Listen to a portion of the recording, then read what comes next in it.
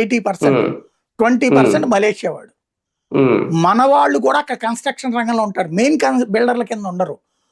Centering ఇట్లాంటి పనులు ఉంటాయి కదా, సబ్ కాంట్రాక్టర్ల కింద మన వాళ్ళు కూడా పనిచేస్తుంటారు. అంతే తప్పించి సింగపూర్ రోడ్డుకి నిర్మాణ రంగంలో ఏమాత్రం అనుభవం లేదు. సింగపూర్ రోడ్డుకి చేతనైంది 3. ఒకటేంటయ్యా అంటే బ్రోకరేజ్ పనులు. అంటే అమరావతిలో సో బిల్డింగ్ కావాలి, ఇది కట్టగలిగినటువంటి వాడు ఏ దేశంలో ఉన్నాడు, వాడికి మనకి మధ్యన టైఅప్ కుదిర్చే బ్రోకర్ ఏజెన్సీ అది సింగపూర్ అనేది.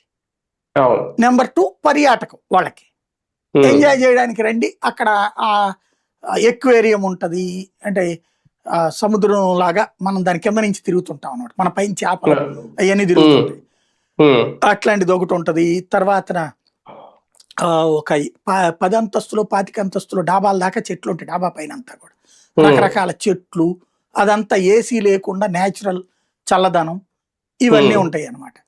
అవి తిరగడము, ఇట్లాంటి కొన్ని బోట్లు, తర్వాత ఈ పెద్ద పెద్ద బిల్డింగులు, ఆకాశ ఆర్మీయాలు, అవి ఎక్కడాలు, ఇట్లాంటి ఉంటాయి అక్కడ. అంతే, అవి తప్పించి వాటిట్లో చూడటానికి ఏమీ లేదు.